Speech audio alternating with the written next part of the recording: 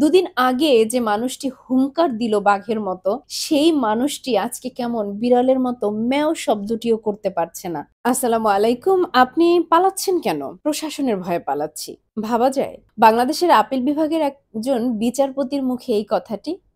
যিনি প্রশাসনের সর্বোচ্চ চেয়ারে বসে এতগুলো বছর নানান রকম অপকর্ম করে গিয়েছে, সেই প্রশাসনিক লোকটিই আজকে প্রশাসনের ভয়ে পালিয়ে যাচ্ছে। আপনারা ইতিমধ্যে বুঝে গিয়েছেন আমি কার কথা বলছি। জি, ধরা পড়লেন সেই আপিল বিভাগের সাবেক বিচারপতি যিনি ভারতে পালিয়ে যাচ্ছিলেন আর তিনি ধরা পড়েছেন সিলেটের কানাইঘাট উপজেলার দনা নামক সীমান্তবর্তী এলাকা থেকে। কিন্তু নিয়তি তার অনুকূলে ছিল না, যার জন্যই হচ্ছে তিনি ধরা পড়ে গেলেন এবং হারালেন তার সাথে থাকা ৭০ লক্ষ টাকা। অর্থাৎ দালাল চক্রের সাথে তিনি কন্ট্রাক্ট করেই হচ্ছে ইন্ডিয়াতে পাড়ি জমাচ্ছিলেন। শেষ রক্ষাটা আর হলো না। অবশেষে তারা ইন্ডিয়ার কাছাকাছি সীমান্তবর্তী এলাকায় নিয়ে তার কাছে থাকা ৭০ লক্ষ টাকা তাকে মেরে তারা নিয়ে গেলেন।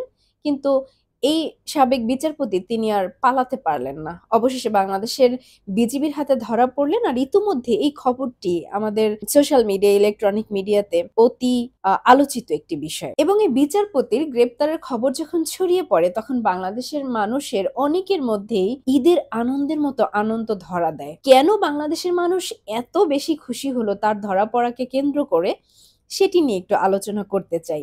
আর সেই কারণটি খুঁজতে গেলেই আমাদের জানতে হবে তার করা কি, কি অপকর্ম ছিল, যার কারণে বাংলাদেশের মানুষ এত বেশি তার উপরে ক্ষিপ্ত। তো তুলে ধরছি তার কিছু কুকর্মের বিষয়। সবার আগে আমি যেটি উল্লেখ করতে চাই, এই আপিল বিভাগের বিচারপতি তিনি হচ্ছেন সেই বিচারপতি যিনি আমাদের কোরআনের পাখি মরহুম আল্লামা দেলোয়ার হোসেন সাঈদীর বিচারের রায়ের সময় তিনিও ওই বেঞ্চে ছিলেন এবং সেখানে একমাত্র তিনি সেই বিচারপতি যিনি আমাদের আল্লামা দেলোয়ার হোসেন সাঈদীর মৃত্যুদণ্ড দিয়েছিলেন। আমার কাছে মনে হয় তার জীবনে করা যতগুলো অপকর্ম রয়েছে তার মধ্যে এটিই বোধহয় সবার আগে এগিয়ে। এরপরে আসা যাক আরো কিছু কর্মকাণ্ড। তার মধ্যে এক ধরনের পৈশাচিক আনন্দ উদযাপনের চিত্র আমরা দেখেছি। তার মধ্যে উল্লেখ করতে চাই দুটো ঘটনা। প্রথমত, একজন ট্রাফিক সার্জেন্ট হাইকোর্টের এক বিচারপতির গাড়ি দেখে সালাম না দেওয়ার অপরাধে সেই সার্জেন্টকে আদালতের কাঠগড়ায় এনে কান ধরে উঠবস করিয়েছিলেন। তিনি এত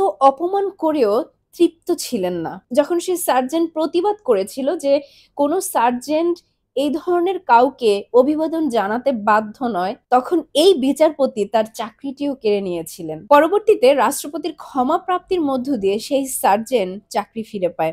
দ্বিতীয় আরেকটি উদাহরণ হচ্ছে যে আমরা কিছুদিন আগে দেখেছি চ্যানেল আইয়ে ভাইরাল হওয়া সেই টক শোটি, যেখানে এই বিচারপতি সেই অনুষ্ঠানের উপস্থাপিকাকে কি পরিমাণে অপমান অপদস্থ করে এবং শুধু তাই নয়, তাকে রাজাকারের বাচ্চা বলে যখন গালি দেয় তখন সেই উপস্থাপিকা কিন্তু চিৎকার দিয়ে বলছিল, আমি মুক্তিযোদ্ধা পরিবারের সন্তান, আমাকে রাজাকার বলবেন না। এগুলো ছিল তার ঔদ্ধত্যের, তার অহংকারের দুটো এক্সাম্পল।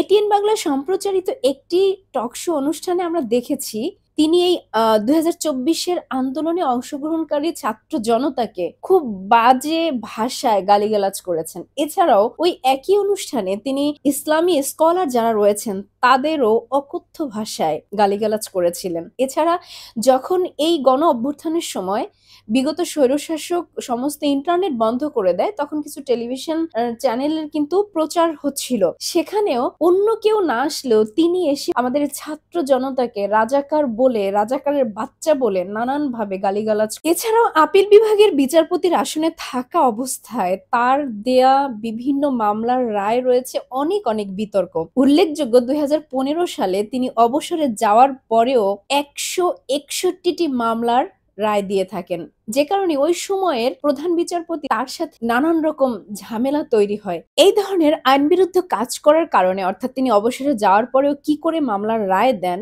যার কারণে বাংলাদেশ সুপ্রিম কোর্ট তার ১৬১টি মামলার রায় প্রত্যাহারের সিদ্ধান্ত নেন। এরকম জানা অজানা তার আরো কত কুকৃতি ছিল সে বিষয়ে কথা না বাড়ানোটাই ভালো। তার ধরা পড়ার পরে আমরা সোশ্যাল মিডিয়াতে যে ধরনের ভিডিও ফুটেজগুলো দেখছি যা মুহূর্তেই ভাইরাল হয়ে গেল, সেই ভিডিওগুলো দেখে কারো কারো হয়তো মনে মায়া লাগতেও পারে। ব্যক্তিগতভাবে আমারও খারাপ লেগেছে। কারণ এত বয়স্ক একটা মানুষ, দুদিন আগে যে মানুষটি হুংকার দিল বাঘের মতো, সেই মানুষটি আজকে কেমন বিড়ালের মতো ম্যাও শব্দটিও করতে পারছে না। গোলাম মাওলা রনি তার একটা আলোচনা থেকে শুনেছিলাম যে মানুষটি ডায়াবেটিকে আক্রান্ত একজন রোগী এবং তিনি নরমালি অবস্থায়ও খুব একটা সুস্থ থাকেন না। সেখানে সেই মানুষটিকে যখন এভাবে ধরেছে তখন তিনি কিন্তু ভয়ে ভীত সন্ত্রস্ত হয়ে তার স্টেটমেন্ট গুলো মায়া লাগার মতো নিশ্চয়ই। কিন্তু আবার যখন আপনি একটু পেছনে ফিরে তাকাবেন তার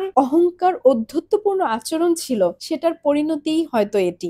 আমি যেহেতু রাজনৈতিক ব্যক্তিত্ব কিংবা আলোচক নই, তবে বর্তমান সমসাময়িক ঘটে যাওয়া বিষয়গুলো নিয়ে কথা বলছি একটিই কারণ, তা হচ্ছে এই ঘটনাগুলো থেকে আমরা কি শিখতে পারি। একবার ভাবুন তো, যে মানুষটি এত বয়স হয়ে গিয়েছে, শারীরিকভাবে অসুস্থ, তারপরেও আমরা দুদিন আগেও তার বিভিন্ন সাক্ষাৎকারে দেখেছি তার কি হুংকার। আর আজকে সেই মানুষটির অবস্থা কি? তিনি ধরা পড়ার পরে যারা ধরেছেন তাকে, তারা তার নাম পরিচয় শুনছিলেন এবং সেখানে অনেকটা তার যে নাম মানিক, সেইটাকেও কিন্তু কিছুটা তিরস্কারের সাথে বলছিল, ও কালামানিক্যা। এই যে কথাটি বলেছে, এখানেও কতটা অপমান অসম্মানের গন্ধ পাওয়া যায়। অপরদিকে দেখুন, সে যে অবস্থায় ছিল সেই জায়গা থেকে তার গলায় একটা বাধা ছিল, সেখানে বিজিবি সেই সদস্যই হবে সম্ভবত, যেহেতু তাকে ক্যামেরায় দেখা যায়নি, সেইটা ধরে আছে রশির মতো, যেখানে একটা কিছু বেঁধে ধরে আছে। আমরা যেমন আমাদের বাসার গৃহপালিত কুকুর বিড়ালকে আমরা গলায় একটা বেঁধে দিই না এবং সেটা ধরে ধরে নিয়ে যাই না, অনেকটাই কিন্তু এরকম মনে হয়েছে আমার কাছে। এবং আরেকটি ছবিতে দেখেছি যে হাতের মধ্যে রশি দিয়ে বাঁধা, অথচ এই মানুষটির কিছুদিন আগের পরিচয় কি ছিল আর এখনকার কি পরিচয়। এবার আসা যাক, এখান থেকে আমরা কি শিখলাম। আমরা দেখেছি এই সাবেক বিচারপতি তিনি দাড়ি রেখেছেন, আগে কিন্তু তার এই মুখে দাড়ি ছিল না। এখানে উল্লেখ করতে চাই যে মানুষটি ক্ষমতার দাপটে ইসলাম বিরোধী কথা বলেছেন, আলেম ওলামাকে গালিগালাজ করেছেন, নবীর সুন্নতের বিরোধিতা করেছেন, অথচ দেখেন সেই মানুষটি শেষ মুহূর্তে পালিয়ে বাঁচার জন্য মুখে সেই নবীর সুন্নতকে রাখতে বাধ্য হয়েছেন। এটা আমাদের অনেক বড় একটা মেসেজ দেয়। আমি আগেও অনেক ভিডিওতে বলেছি যে ইসলামের বিরোধিতা যে বা যারাই করেছে তাদের অত্যন্ত ঘৃণিত এবং ন্যাক্কারজনক পরিণতি হয়েছে। এই জায়গায় একটি মেসেজ, এখন পর্যন্ত যারা আপনারা বাংলাদেশে বসে, এই মুসলিম দেশে বসে ইসলাম বিরোধী কথাবার্তা বলার চেষ্টা করছেন, পরিণতি কিন্তু এরকম হতে সময় লাগবে না। দ্বিতীয় শিক্ষা হচ্ছে, আমরা দেখেছি কলাপাতায় শুয়ে আছে। তাহলে যে মানুষটির এত টাকা, এত সম্পদের পাহাড়, এত ক্ষমতা, এমনকি লন্ডনেও তার 3টি বাড়ি রয়েছে, সেই মানুষটিকে আজকে কলা পাতায় শুয়ে এভাবে জাস্ট ওই রাস্তাঘাটের ভিক্ষুকের মতো সেই দৃশ্য আমাদের সামনে চলে আসছে।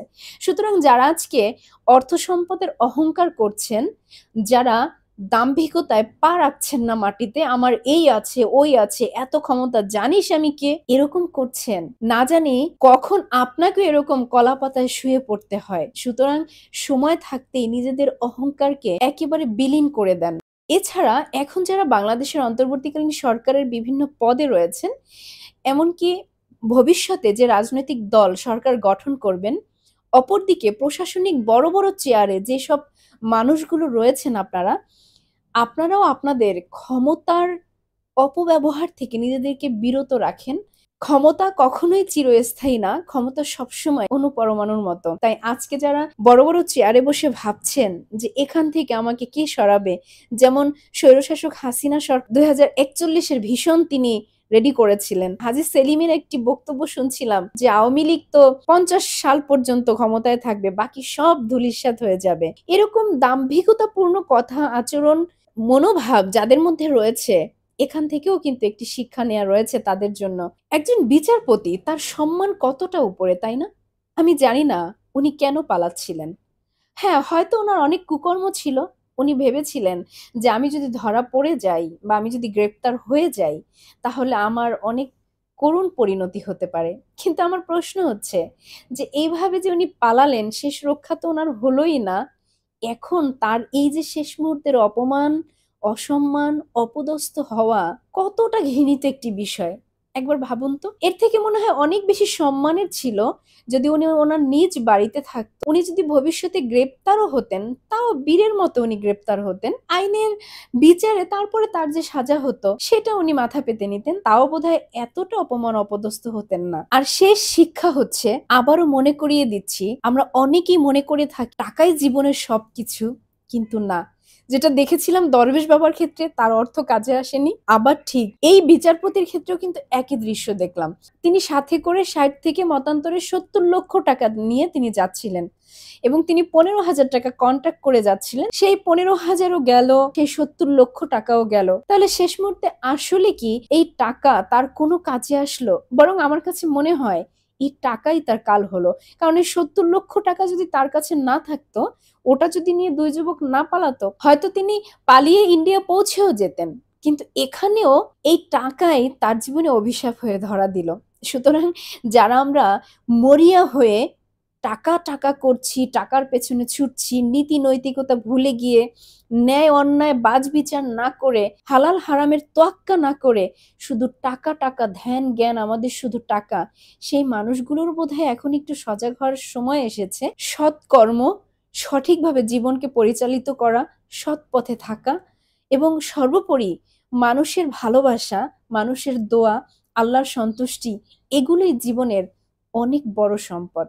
তাই এখন যদি আমরা এই ধরনের বাস্তব ঘটনাগুলোকে দেখেও না শিখতে পারি বা নিজেদেরকে না শুধরে নেই, তাহলে এটা আমাদের অজ্ঞতা ছাড়া আর কিছুই না। তো যাই হোক, সমসাময়িক ঘটনা থেকে কিন্তু আমরা অনেক কিছুই শিখতে পারছি এবং সেটির জন্য আমরা আমাদের জীবনে কাজে লাগাই। কাজে লাগিয়ে নিজেকে সংশোধনের মধ্য দিয়ে সুন্দর একটি নেক জিন্দেগি পাওয়ার জন্য মহান আল্লাহ তাআলার কাছে সাহায্য চাই এবং পেছনের জীবনে কি করেছি সেটা মুখ্য বিষয় নয়, বরং আমাদের সামনে যতটুকু সময় রয়েছে সেই সময়টুকু যেন ভালো কাজের সাথে পার করি। কোনো মানুষের দীর্ঘশ্বাসের সাথে নয়, কোনো মানুষের কান্নার কারণ হিসেবে নয়, বরং একটি সৎ আদর্শ জীবন। এই জীবনটি যেন আমরা পেয়ে যাই, সেই কামনায় আজকে শেষ করছি। আল্লাহ হাফেজ। আসসালামু আলাইকুম।